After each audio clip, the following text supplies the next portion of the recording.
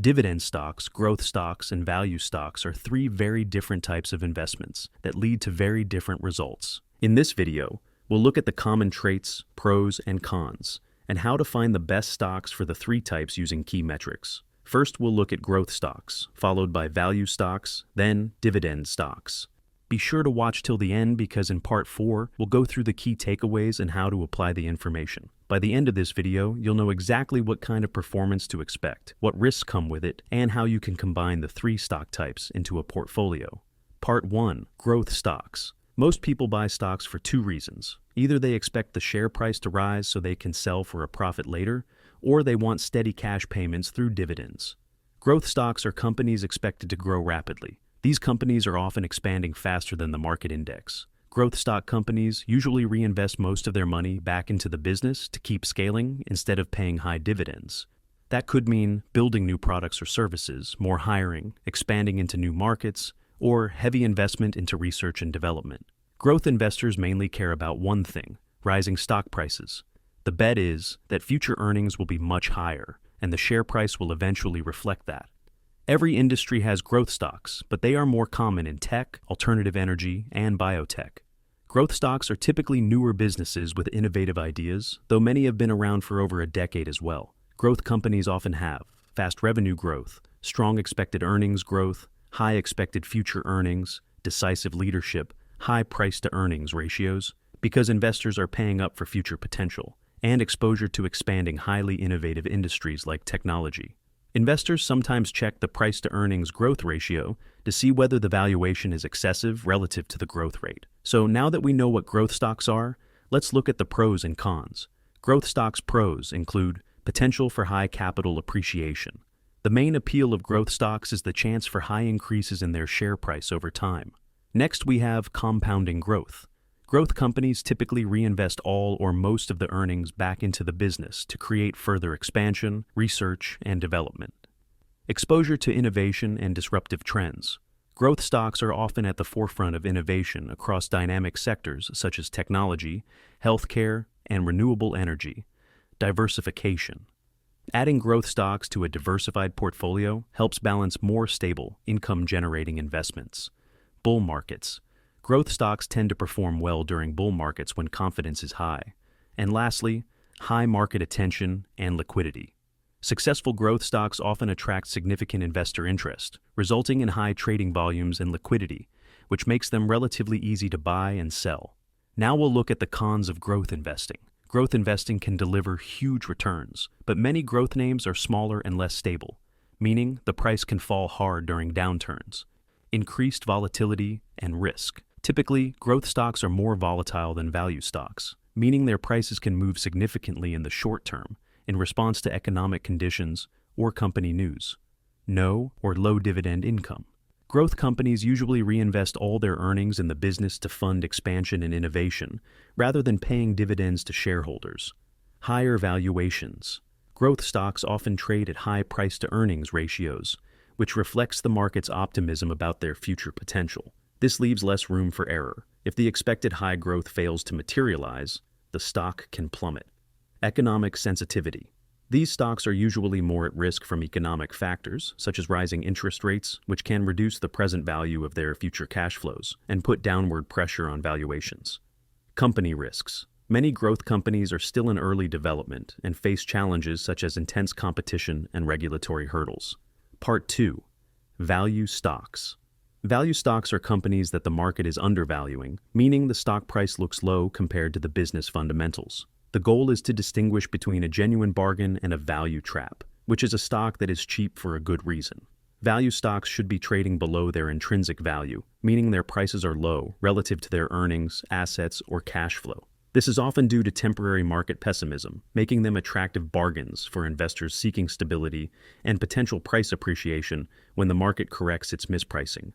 To identify value stocks, many investors use earnings reports and financial statement analysis. In many cases, the price drops below its true value because investors panic or overreact, and not because the company is fundamentally weaker. For example, the stock price might drop if the CEO gets caught in a personal scandal. That doesn't necessarily change the company's business performance, but the market might still punish the stock in the short term. Value investors look for situations like that, hoping that market sentiment will recover and the price may eventually rebound. This style requires more patience and a long-term mindset because the market doesn't always correct mispricing quickly. The core idea is that if the business fundamentals are strong, but the market price does not reflect that strength, then the market may eventually rise back towards fair value. Value investors also focus heavily on a margin of safety, which means you want to buy a good business at a significant enough discount to reduce risk. Next, we'll look at how to identify value stocks. The key metrics to look out for include low price to earnings ratio, low price to book ratio, stable and mature business models, consistent dividends, and a strong free cash flow after expenses. Strong free cash flow means a company can reinvest, reduce debt, or pay dividends. Value stocks are often seen as less risky than growth stocks, because they're usually bigger and more established companies. Still, there's no guarantee they will return to previous highs. When analyzing value stocks, you can also look at many other factors such as debt-to-equity ratio. A low debt-to-equity ratio indicates that the company uses less debt relative to shareholder equity, suggesting financial strength and lower risk.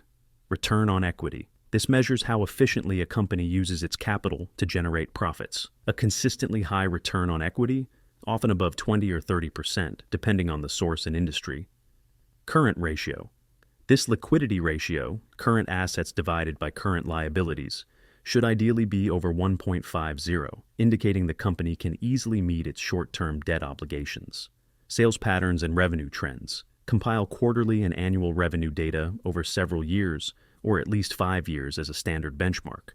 Remember, these numbers reflect the past. You need to think ahead and consider not only quantitative factors, but also qualitative ones, because a company can look cheap right before fundamentals weaken. Financial statements only tell part of the story. You must understand the underlying business and its market. Here are some of the most important qualitative factors to consider with value stocks.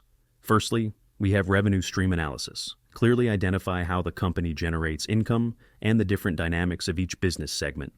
Market share and competition.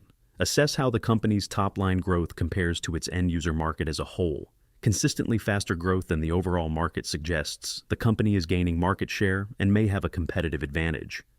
Pricing power.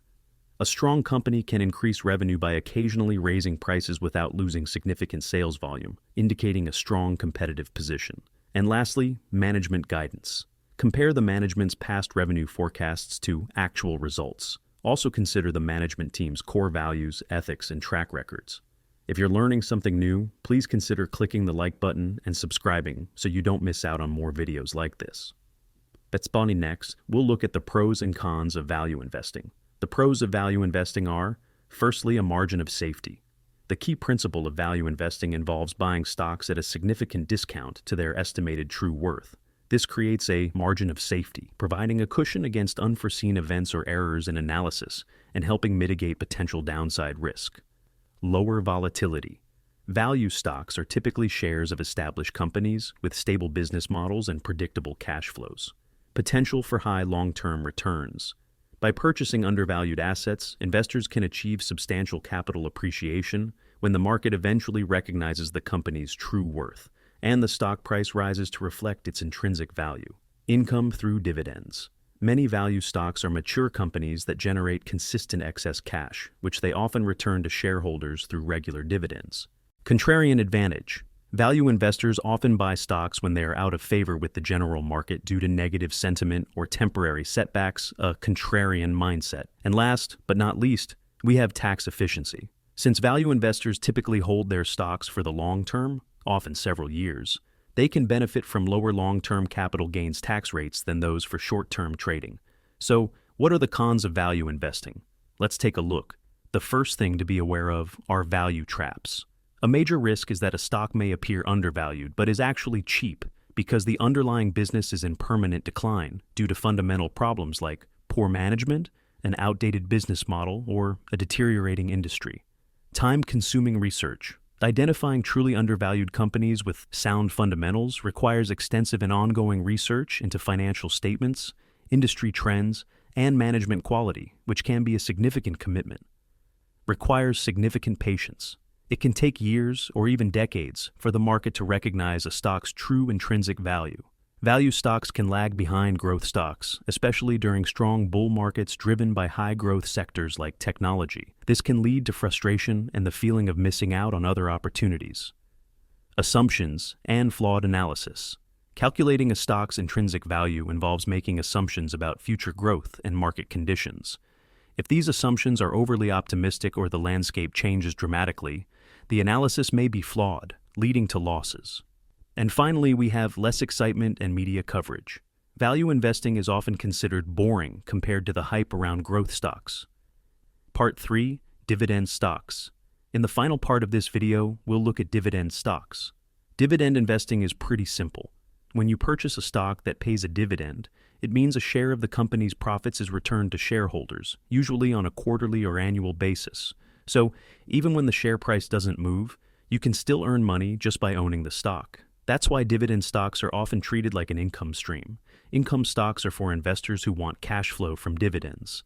Stock dividend yields are often higher than what you'd get from guaranteed income products like U.S. Treasury securities or a certificate of deposit, CD. When looking for dividend stocks, the most important metric is the dividend yield, which tells you roughly how much income you get per share compared to the stock price. It's calculated like this. The annual dividend divided by the share price equals the dividend yield. Other essential metrics to understand include the dividend payout ratio and the coverage ratio, which helps you find out if the dividend payouts are sustainable. Common traits of dividend stocks include mature, established businesses, stable cash flow, usually less volatile than growth stocks, and they can sometimes offer a dividend reinvestment plan, which automatically reinvests dividends and helps average your cost over time. Dividend stocks can be appealing if you don't want the higher volatility typically found in growth stocks. When searching for dividend stocks, it's common to find utility stocks due to their stable cash flows and the essential nature of their services. Utilities are known for consistent and often high dividend payouts. The second type of stock you'll often see is preferred stock, which is more like a hybrid of stocks and bonds. They can be issued by companies in any sector, including utilities. Preferred stocks behave more like bonds than stocks, as they offer greater stability. Their prices tend to be less volatile than the common stocks and are more sensitive to interest rate changes, much like bonds. Next, we'll look at the pros and cons of dividend stocks. Firstly, they provide consistent passive income, which can be used for reinvesting and compounding wealth. They are usually lower risk and less volatile than growth stocks, which can help stabilize your portfolio during market swings. The cons of dividend investing are that they usually offer less potential upside compared to growth stocks. Also, dividend payouts are usually reduced during market downturns. Lastly, for U.S. citizens, dividend income is typically taxed like ordinary income unless you qualify for the lower long-term capital gains rate, which requires longer holding periods.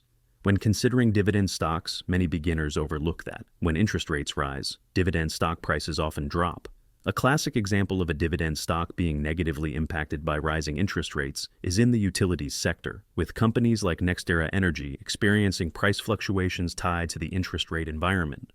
Many utility companies are capital intensive and carry significant amounts of debt to finance their infrastructure projects and operations. When interest rates rise, their debt servicing costs increase, which can reduce profitability and affect their stock prices.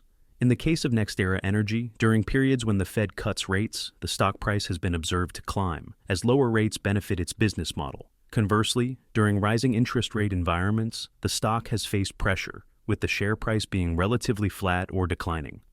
How to compare them? Now that we're aware of each type, we must understand how to compare the risk versus reward of each. The risk versus return can be simplified down like this. Growth stocks mean the highest risk and the highest potential returns. Dividend stocks mean lower risk and a steady income. And finally, value stocks are more in the middle ground with both discount upside potential plus high potential dividends. Value investing is considered lower risk because it often involves established businesses with stable cash flows. The stock may not skyrocket, but it usually holds up better over the long term. Growth stocks, meanwhile, tend to be more volatile. A lot of high-growth companies swing wildly because they're priced on expectations, and expectations change fast. Dividend stocks tend to sit on the lower volatility side too, but interest rate changes matter significantly as stock prices can drop when interest rates rise. How all three types perform in various market conditions. Market conditions matter a lot when selecting the type of stock to invest in. So here's a quick and simple way to remember it. Dividend stocks tend to hold up better when markets feel uncertain. Growth stocks usually dominate during strong bull runs. And lastly, value stocks can outperform when overpriced markets start correcting. In strong bull markets, growth stocks often outperform because investors chase significant upside. During recessions or other challenging environments, value stocks often hold up better because they're seen as steadier and less speculative, and they may offer dividends. So none of these strategies is best forever. They rotate depending on the economic cycle and market sentiment. Why many investors combine all three. Many investors hold a mix of value, growth, and dividend stocks. Why? Owning a mix can reduce volatility and make returns more consistent over time, as long as you do proper research and avoid low-quality companies in each category. Some example portfolio allocation models include the following, as shown here. You can see typical portfolio allocations for a conservative, balance, and aggressive approach. Conservative with 50% dividend, 25% value, and 25% growth. Balanced with 33.3% dividend, 33.3% growth, and 33.3% value. And aggressive with 75% growth, 12.5% value, and 12.5% dividend. Part 4. Key takeaways. Buffett's golden rule is rule number 1, never lose money, and rule number 2 is never to forget rule number 1. That mindset applies whether you're buying growth stocks, value stocks, or dividend stocks, because the type of stock is not what protects you. Instead, what protects you is discipline, diversification, and a strategy that matches your risk tolerance. Here's a brief and easy summary for all three types of stocks. Growth stocks are built for expansion. They reinvest heavily in scaling, especially in industries such as technology, alternative energy, and biotechnology. Growth investing offers the biggest upside, but also the highest volatility, and growth stocks can crash hard during downturns. Value stocks appear undervalued relative to fundamentals such as earnings, assets, and cash flow. They often trade at a low price-to-earnings ratio or a low price-to-book ratio. Value investing is usually steadier, but requires patience and deeper research, and cheap stocks aren't guaranteed to recover.